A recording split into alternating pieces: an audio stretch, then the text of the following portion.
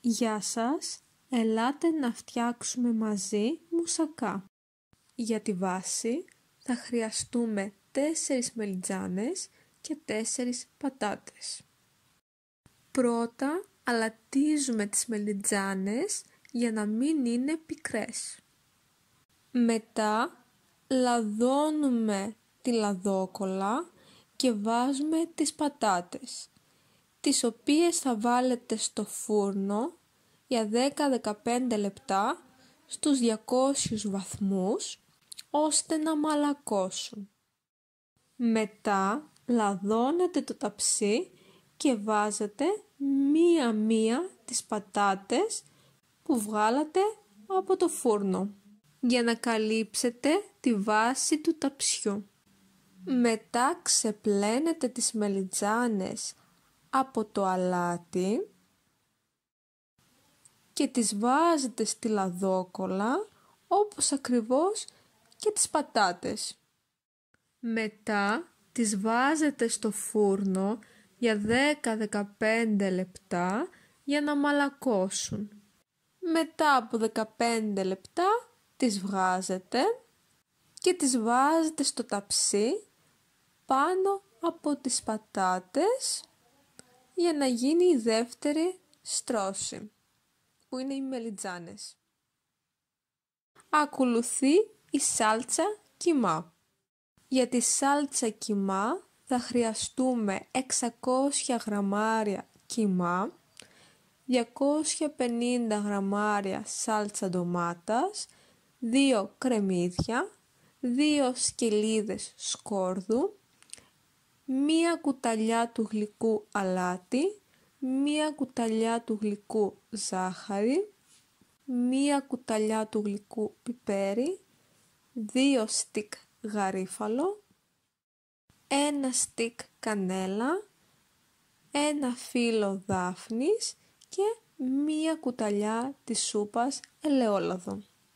Πρώτα παίρνουμε το κρεμμύδι, το οποίο το ψιλοκόβουμε, μετά το βάζουμε στο τηγάνι για να τηγανίσουμε.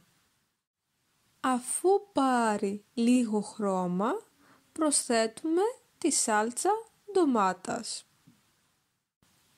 Αφού έχει δέσει η σάλτσα ντομάτας με το κρεμμύδι λίγο, βάζουμε και τον κιμά. Τα ανακατεύουμε καλά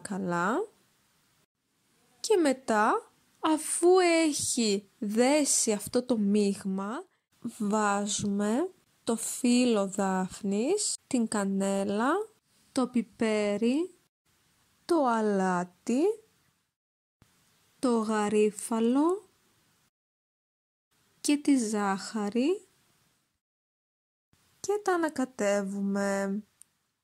Αφού είναι έτοιμος ο κιμάς, τον απλώνουμε στο ταψί πάνω από τις μελιτζάνες, ώστε να τις καλύψουμε. Και τέλος βλέπουμε τα υλικά για την μπεσαμέλ.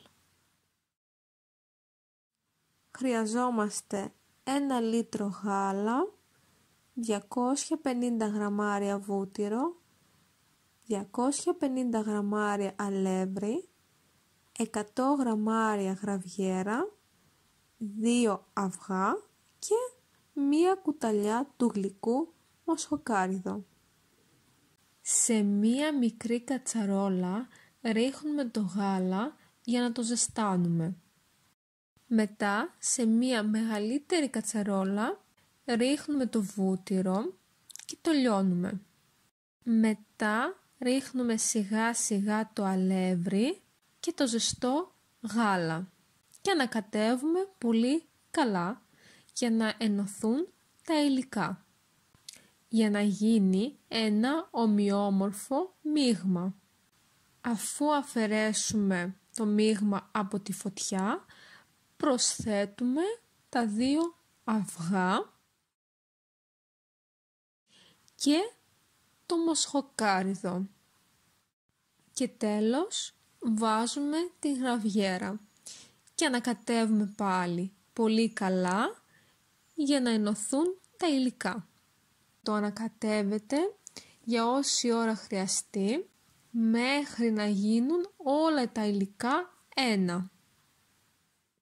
Μετά μπορείτε να προσθέσετε και λίγο αλάτι και πιπέρι, αν θέλετε. Και τέλος, όταν είναι έτοιμη η μπεσαμέλ, την ρίχνουμε στο ταψί πάνω από το κιμά. Αφού ρίξουμε την μπεσαμέλ πάνω από το κιμά και την απλώσουμε σε όλη την επιφάνεια, τέλος ρίχνουμε γραβιέρα πάνω από την μπεσαμέλ ώστε να δημιουργηθεί μία ωραία κρούστα.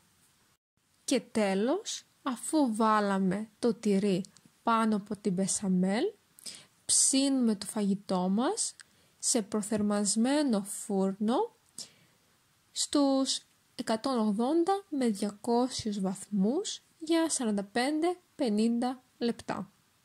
Όταν είναι έτοιμο, το βγάζετε από το φούρνο και το αφήνετε για 1 ώρα να κρυώσει και μετά το κόβετε.